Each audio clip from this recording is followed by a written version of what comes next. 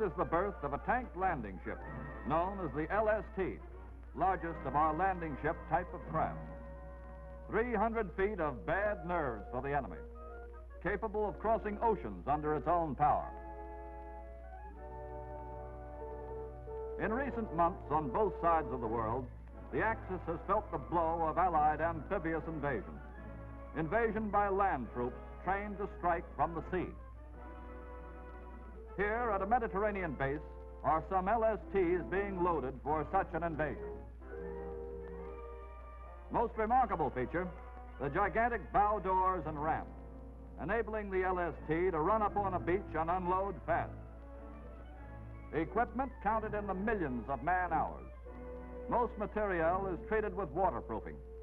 In case of air attack, it can be cast overboard for possible salvage later. Last to board and first to hit the beach are the men charged with putting the cargo ashore. This one's ready to sail.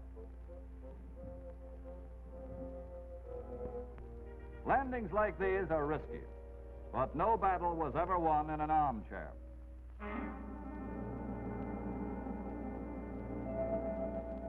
Men trained by the Army and Navy Amphibious Command, tough, high-spirited, with plenty in the guts department. The rendezvous. Ponton bridges are carried for use when the LST can't get its nose close into the beach.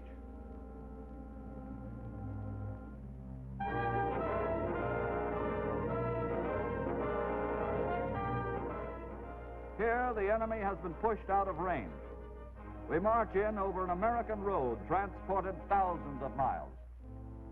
Then the equipment comes ashore to swell our ammunition and supply dumps. The jeeps, the tanks, ready for action.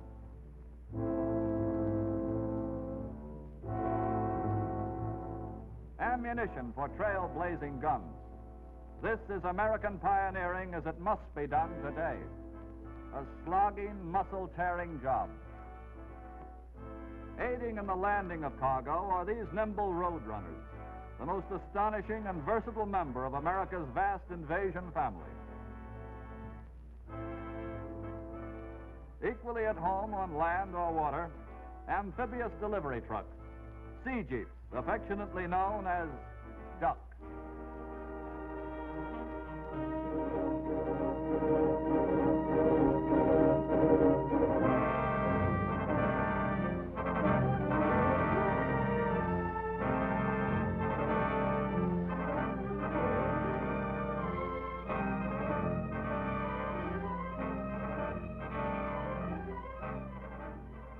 In she goes to load up.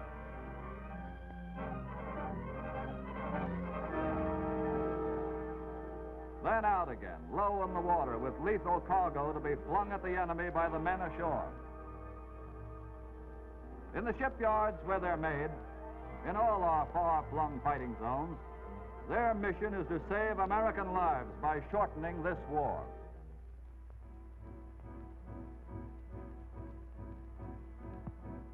To shorten it by even one day, to bring this to an end.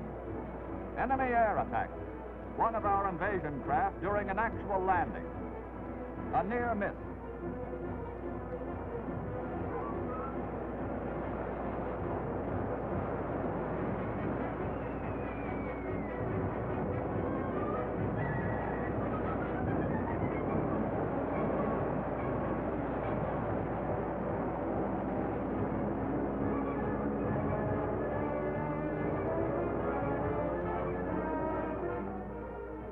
In the same area, Nazi bombs that found their mark.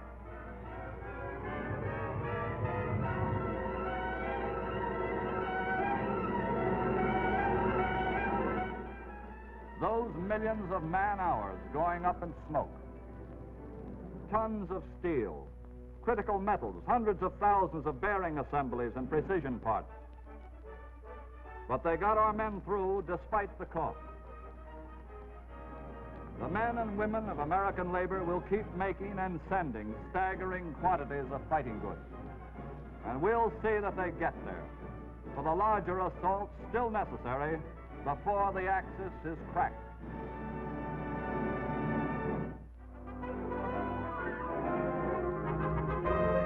P-47 Thunderbolt pilots based in Britain are called on to furnish fighter protection for flying forts. I want to point out the main features over again. On the way in, we want to stay as a group. No one to run off and pick off. These boys are trying to take us out. Meanwhile, the Thunderbolts are being made ready by the ground crew. Machine guns are loaded with ammunition. Tested.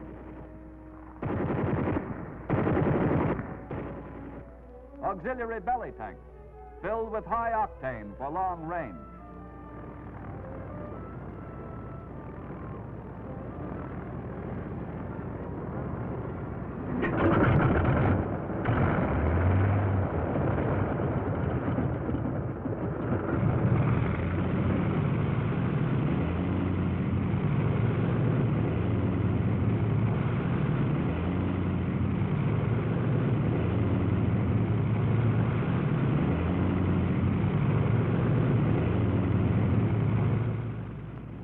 Headed across the channel for a sky rendezvous with our big bombers.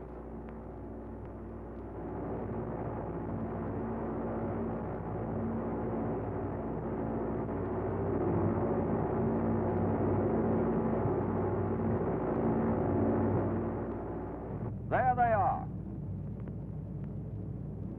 Flying fortresses. Heavyweights ready for another of the daylight bombing missions that are dumping this war right in the Fuhrer's face. The Thunderbolts will tackle any fighter interference. Nazi fighters spotted. The Thunderbolts peel off. A camera on the wing of one of our planes tells what happened.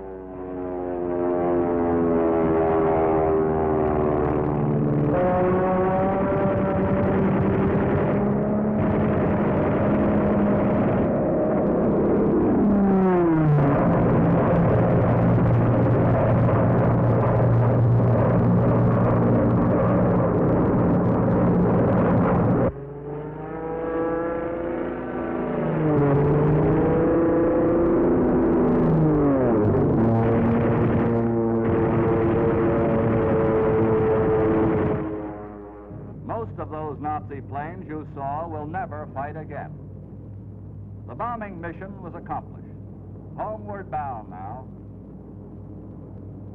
Flapjack here. What is the runway? Hello, Flapjack. Trombone here. The runway in use is now east to west. East to west. Listening out. There's a man-to-man relationship between Americans taking place all over the world. Crew chief and his pilot, fighter in overalls and fighter behind the gun. And behind them, the fighter at home, making these weapons.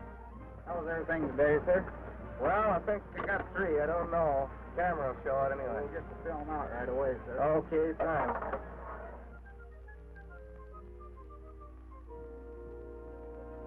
This little camera made this film to let you see how our fighters are using the superb equipment you send them, to let you share in their victories.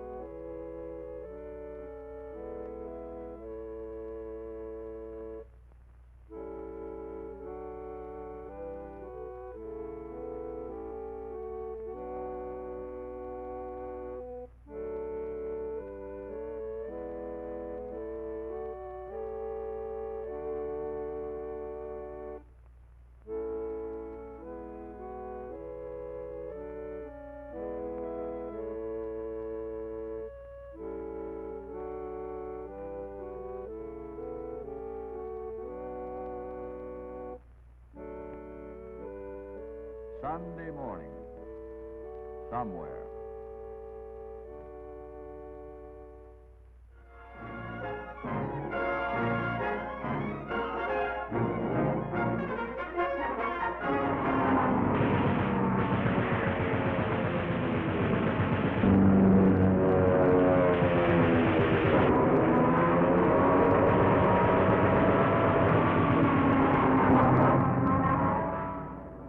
Forerunner of Allied invasion, knockout blows to enemy communications. Until it was pulverized into rubble and twisted steel by Allied fire and the dynamite of a fleeing enemy, this was a railroad station. Rolling stock. Roadbed. Then we moved in. Out of this smoking devastation, a rail system had to be rebuilt practically overnight. The first thing American fighting railroaders did was to improvise a locomotive out of a truck. It amazed the natives, but it ran. But this was just an iron mule. We needed iron war horses. Needed them fast. Impossible? No. A back-breaking job, but not impossible, thanks to Army railroaders.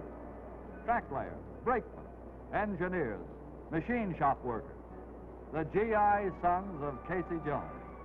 Here they are at a captured railroad terminal, now site of a camouflage assembly shop equipped with American machinery.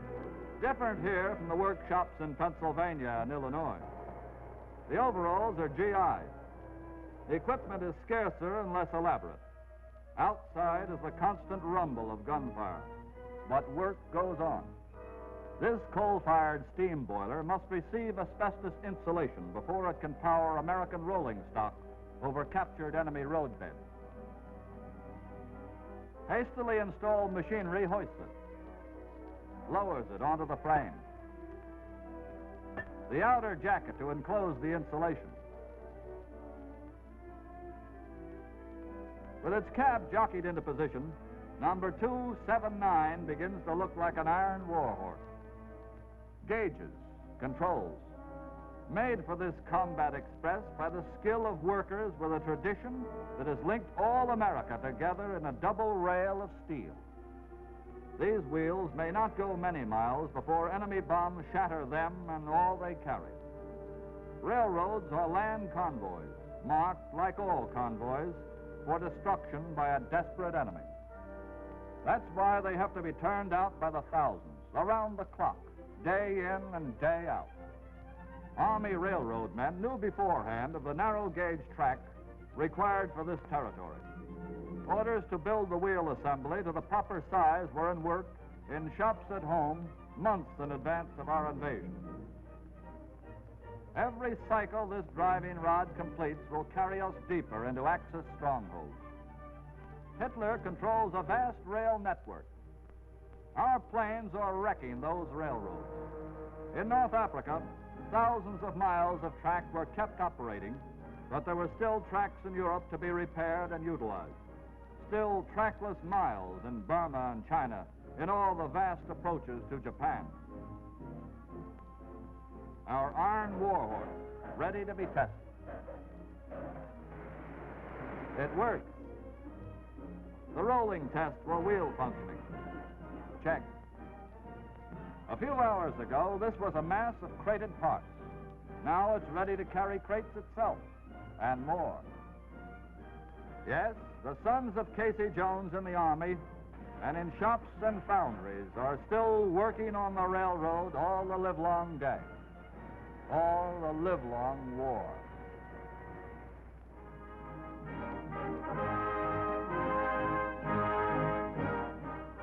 General MacArthur at a South Pacific outpost gives the order to American paratroopers and Aussie airborne artillerymen to move in from the sky on Japhel Lay in New Guinea, a combined Allied operation which succeeded. Preparations. Skyborne machine guns.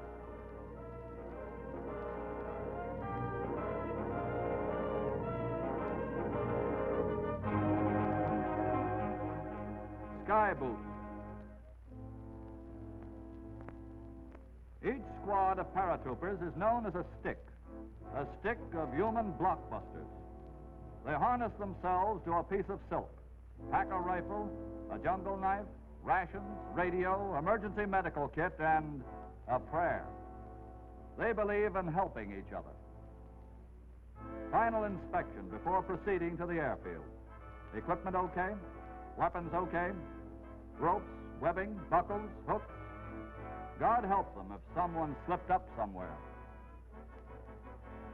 All set to go now.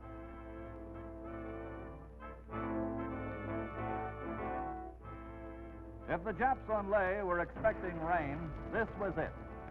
A United Nations thunderhead. Airfield carved out of the jungle, leveled off with thousands of square feet of steel mats sent from our home plant. An immense number of C-47 transports has been gathered for this mission. Tanks have already been filled with high octane. The pilots have been briefed.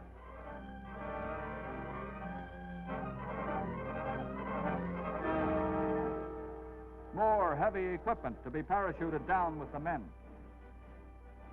Light, fast bombers have been assigned to furnish protective firepower along the route to Leh. You'd never guess from the faces of these men that their next stop will be a field in the middle of Jap territory. And up to the last minute, they keep helping each other. They'll continue helping each other on the plane and after they hit the ground. It's this kind of teamwork between all Americans that will win this war. The equipment is heavy. The men bend over to ease the weight while the planes warm up.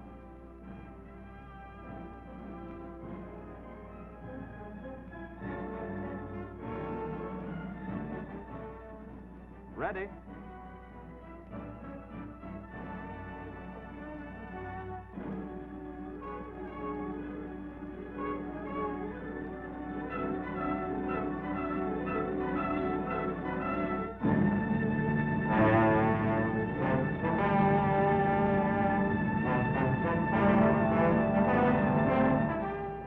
It takes a tough hombre to step off into space when the order is given.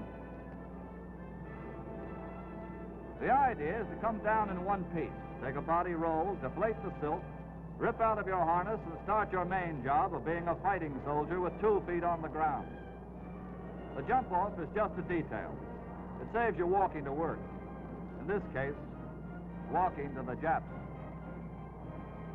Our patrol plane, laying smoke to cover our jump.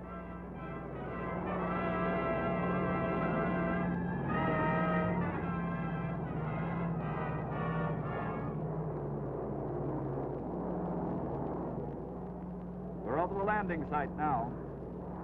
7 okay, 9 okay, 8 okay, 7 okay, 6 okay, 5 okay, 4 okay, 3 okay, 2 okay, 1 okay. Is everybody okay? Yeah!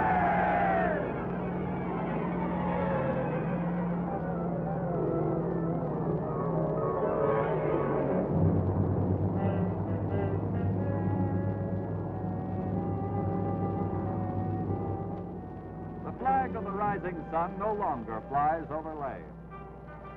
Spilled over that field are the men who hauled it down. One of these days soon, they'll be landing in a field just outside Tokyo.